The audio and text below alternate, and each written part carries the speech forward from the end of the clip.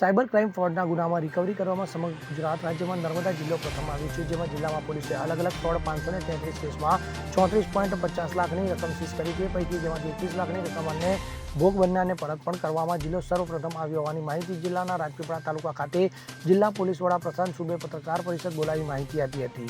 તો પત્રકાર પરિષદને સંબોધતા પ્રશાંત સુબે જિલ્લા પોલીસ વડાએ જણાવ્યું હતું કે આજકાલ સાયબર ક્રાઇમના ગુનાઓ ખૂબ વધી રહ્યા છે, ત્યારે આપ કોઈ પણ સાયબર ફ્રોડનો શિકાર બનો તો આપ 1930 ઉપર કોલ કરી શકો છો. તેમજ જિલ્લા સાયબર પોલીસ સ્ટેશન છે તેનો પણ તો જિલ્લા પોલીસ આપને મદદ કરશે. જિલ્લા પોલીસ વડાની કચેરીએ જિલ્લા પોલીસ વડા પ્રશાંત સુબે પત્રકાર પરિષદ બોલાવી હતી, જેમાં એલસીબી પીઆઈ આરજી ચૌધરી અને પોલીસ સ્ટાફ અને પત્રકારોની ઉપસ્થિતિમાં પત્રકાર પરિષદ સંબોધતા તેમણે જણાવ્યું હતું કે જિલ્લામાં પોલીસે સાયબર ફ્રોડ કામના કેસ ગુનામાં અલગ અલગ 533 કેસમાં 34.5 લાખની રકમ સીઝ કરી છે, જેમાંથી 24.5 લાખની રકમ કોર્ટ પ્રોસેસમાં છે, જેમાંથી 21 લાખની રકમ ભોગ બનનારને પરત પણ કરી આપવામાં આવી છે.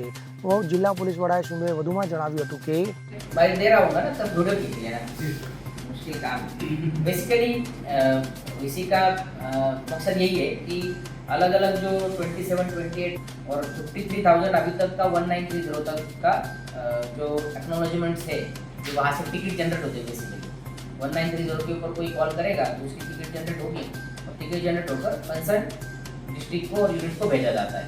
वो प्रोसेस मैंने आपको लास्ट टाइम बताई थी जब हम वहाँ पे आए थे. एनसीबी फ्रॉड है वो मैं बता देता हूँ. ऐसे फेक आइडेंटिटी फ्रॉड है, तो सबको बताया कि अलग किसी का जो आइडेंटिटी है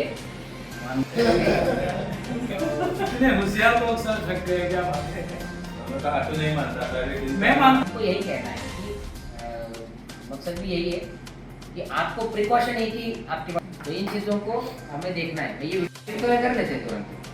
मैंने आपको जिस एग्जाम्पल दे दिया अभी मैं आंकड़ा और हमने जो कामगिरी की है नर्मदा जिला पुलिस ने वो थोड़ा सा मैं आपको दे देंगे. थोड़ा उसका भी आप हमने अच्छे से पढ़ा है, बहुत अच्छा. आपके साथ वो थैली है क्या हमारे पास?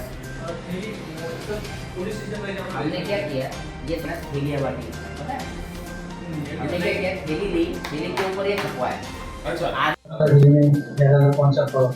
नर्मदा जिला के अंदर जो हमारा ऑब्जर्वेशन है उसमें खास करके केवाईसी फ्रॉड, लिंक आपको मैसेज के थ्रू भेजकर या फिर कोई एप्लीकेशन डाउनलोड करवा के उसके थ्रू आपके मोबाइल का एक्सेस लेना और उससे फ्रॉड करना, या फिर आपका जैसे जो सिम कार्ड है उसका केवाईसी या फिर आपके अकाउंट का केवाईसी पूरा हो गया आपको अपडेट करवाना है, ऐसा बताकर जो भेजा जाता है.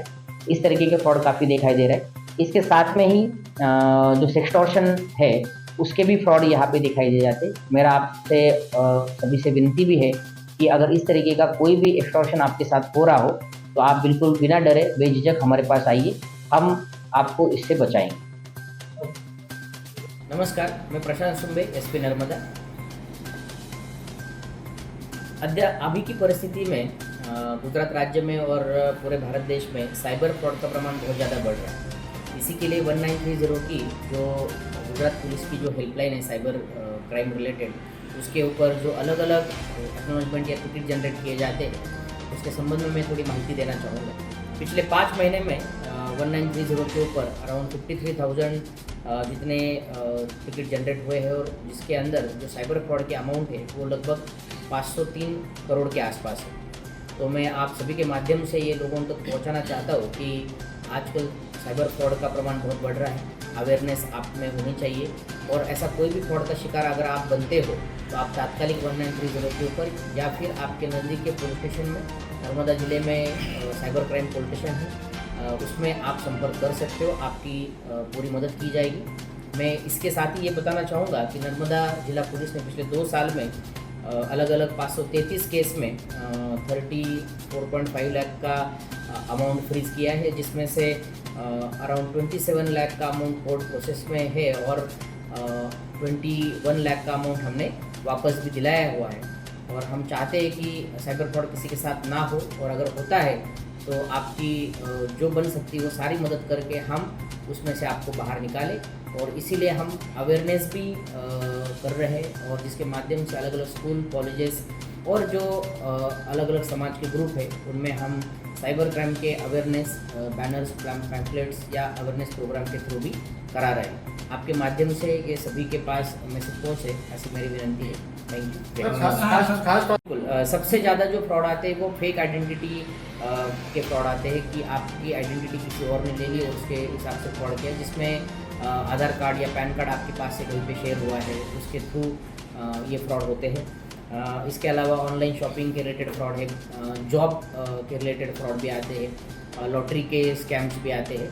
तो जहाँ पे भी आपके पास से आपकी अंगत माहिती, जैसे कि आपके KYC डॉक्यूमेंट्स हो या फिर आपके मोबाइल पे आने वाला OTP हो, इस तरीके की माहिती मांगी जाती है, तो मेरे आपसे विनती है कि ऐसी माहिती मांगने के ऊपर तुरंत चौकन्ना हो जाना चाहिए। अगर आपको उसके बारे में पूरा विश्वास नहीं है तो पुलिस के पास आकर उसको वेरीफाई करवाइए। उसके बिना ऐसी कोई भी माहिती आप ना दीजिए, वरना साइबर फ्रॉड का शिकार आज कोई भी बन सकता है। नर्मदा जिला में रिकवरी में कैसा है? नर्मदा ज़िले में अभी तक जो हमारे पास फ्रीज अमाउंट हुई है 34 लाख की, उसमें से हमने अराउंड 21 लाख का अमाउंट वापस दिलाया है। और अगर फ्रीज अमाउंट और कोर्ट प्रोसेस की बात करें और उसमें से फ्रीज अमाउंट, तो इस परसेंटेज में आज गुजरात राज्य में टॉप के जिलों में नर्मदा जिला आता है। और मुझे लगता है कि ऐसा ही काम हम आने वाले समय में भी हमारे साइबर क्राइम कोऑर्डिनेशन के माध्यम से करते रहेंगे। नर्मदा जिला में कैसे केसेस आते हैं सारे? ज़्यादातर नर्मदा जिला में जो केस आते हैं वो OTP फ्रॉड के या फिर आइडेंटिटी फ्रॉड के केसेस आते हैं। बाकी भी अलग अलग टाइप के केसेस आ रहे हैं। और मुझे लगता है कि मोबाइल के द्वारा फ्रॉड होने की वजह से अथवा साइबर वर्ल्ड में फ्रॉड होने की वजह से किसी भी तरीके का फ्रॉड कहीं पे भी हो सकता है। तो सभी को इस चीज़ में अवेयर होने की और चौकन्ना रहने की ज़रूरत है। जिला बेसिकली जो परसेंटेज वाइज है उसमें हम पहले हैं।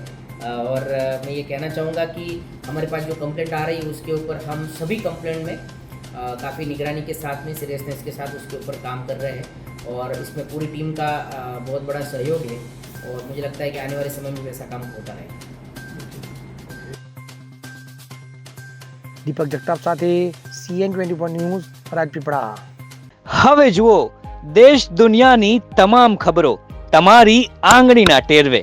ઉઠાવો મોબાઈલ અને Google Play Store પરથી ડાઉનલોડ કરો અમારી CN24 ન્યૂઝ મોબાઈલ એપ।